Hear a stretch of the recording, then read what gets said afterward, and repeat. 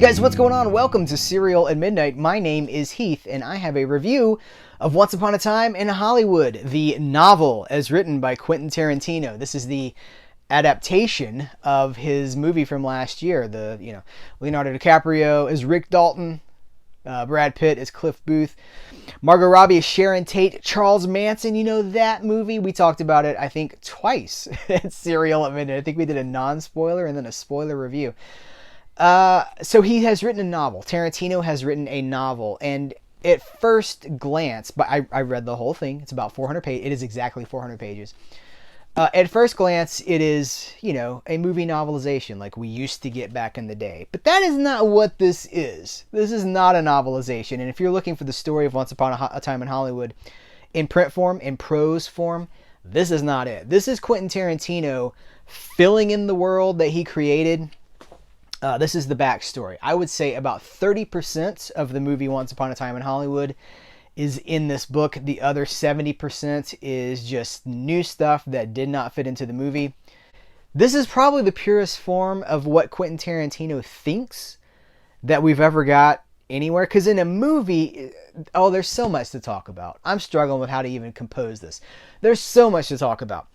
In a Quentin Tarantino movie, there's a lot of influences, most of which the audience doesn't get because they haven't seen all the movies he has. But the ones that do, they're like, oh, that's from that thing. Quentin Tarantino borrows a lot. He homages a lot. In a book like this, he can't borrow. He has to just talk about it. So there are extensive passages where people go see movies and they're an excuse so he can talk about the movie.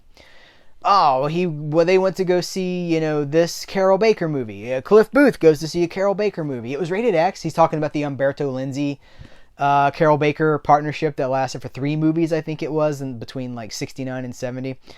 That's him. He talks about Al Adamson. He talks about Fred Olin Ray, who I've interviewed. He pops up in this book. He's talking about how Aldo Ray, no relation to Fred Olin Ray, how Aldo Ray was so alcoholic that he couldn't hold down, you couldn't have him anywhere near booze because he was such an alcoholic and he would just fall apart and he couldn't finish the job. Fred Olin Ray talks about this in the Biohazard commentary, I believe. It's just Quentin Tarantino telling stories, and it is at the beginning of the book. This page right here, this is the dedication, sort of. This book is dedicated to his wife Daniela, his son Leo. And it says, to all the old-timers, the actor old-timers who told me tremendous stories about Hollywood in this period.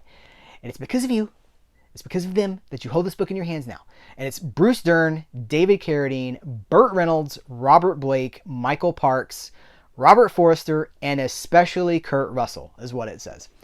So it's their stories when they're real. And they're not always real. That's the thing. Where I have a problem is when he wrote himself into the book. It's so self-indulgent. It's the most self-indulgent thing.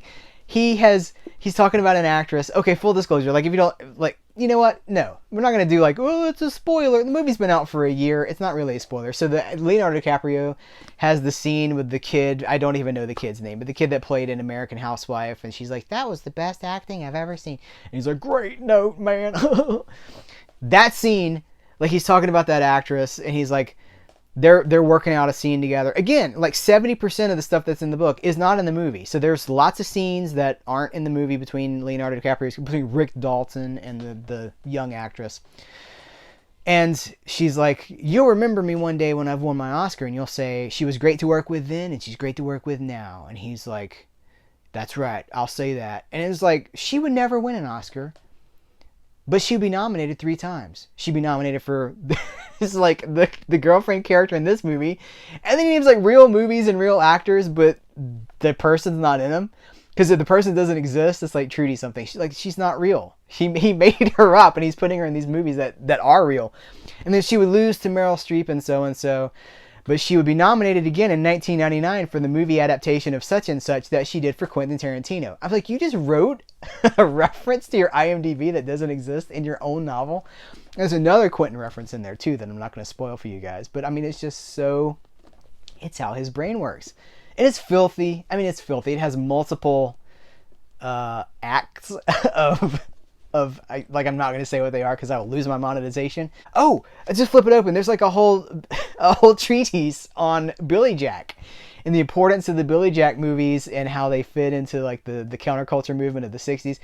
It's very interesting for guys like me. I got a shelf full of Kino Lorber. You know, a lot of the movies that he loves are distributed by Kino Lorber.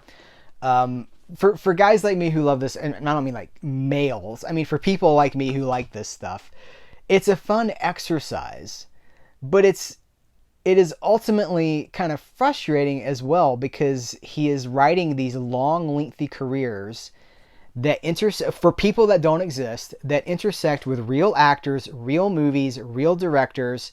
He is fictionalizing Hollywood history, which was the point. It is Once Upon a Time in Hollywood, which, by the way, he shouts out the name of the novel in the book in italics. But he remembered, italics, Once Upon a Time, ... in Hollywood. Here's the thing. Any other writer, like if a writer turned this in who was not Quentin Tarantino, it would not be published. They'd be like, well, this is not a complete story. But he gets away with it because of the charm and because of his resume, and just like he's gotten away with the movies too. Like, I do like Quentin Tarantino. I like his influences. I like his voice. But there are things that he does that I'm like, no. He used, like, Once Upon a Time in Hollywood is, I think, the only movie in his entire career that he doesn't use the N-word, but he does in the book. He just can't resist doing it in the book. And he would say, well, that's the character. It's not me, it's the character. Why do all your characters use that word? Like, all your characters use that word. He says he's only going to direct one more movie. If this is his future, I think maybe it's the best thing that he could do because it really relies on his knowledge, as Quentin Tarantino's strength is his film knowledge. I don't think it's in his dialogue. I know some people do. I don't think he writes great dialogue. He writes shocking. Is anything shocking in 2021 anymore? He writes very interesting, unique, snappy dialogue. He uses Honey Child, and he uses, but here's the thing, Honey Child. What he didn't know was that there was a guy outside watching feet. Oh, the foot fetish is all through this. It's all through this. There's like 3 or 4 foot scenes. For real. His strength is in knowing cinema history. Super familiarity with movie history, with, the films of the 50s, the 60s, TV shows of the 50s, 60s, and 70s. At all points in just about every scene, he's referencing what's on TV at the time or a song that's on the radio. It's this encyclopedic knowledge of pop culture. I am that way myself. I appreciate that myself. So I do identify with that, but then it's the fictionalizing of it and the appropriation of it. It feels... This is a good use for him. So we'll see where it goes from here. He says he's got another one that's going to follow Rick Dalton through the rest of this, I guess, beyond where the movie leaves them, and get into like their future films and stuff like what Rick Dalton did in the 80s, maybe. I don't know. So there is an opportunity there for, fleshing these things out and talking about what he wants to talk about just in an essay format. That'd be very interesting. Just like watching movies with Quentin Tarantino. I just remembered he referenced himself again because he talked about getting a film print. One of the characters gets a film print, and they end up at the New Beverly, which is his movie theater. He bought that movie theater. It's so self-referential. It's so... Guys, that's it for this one. It's the Once Upon a Time in Hollywood book review. Let me know if you want to see more book reviews. They're coming. I've got more book reviews coming, but I would like to know what you think about them. Have you read this? What did you think about it? Oh, by the way, there's another version coming. There's a deluxe hardcover headed our way. I guess with more stuff, even more stuff. I'll probably read it. I'll be here to talk with you guys about it. Guys, thanks so much. Take care. Until next time, here's where to go, and here's what to do.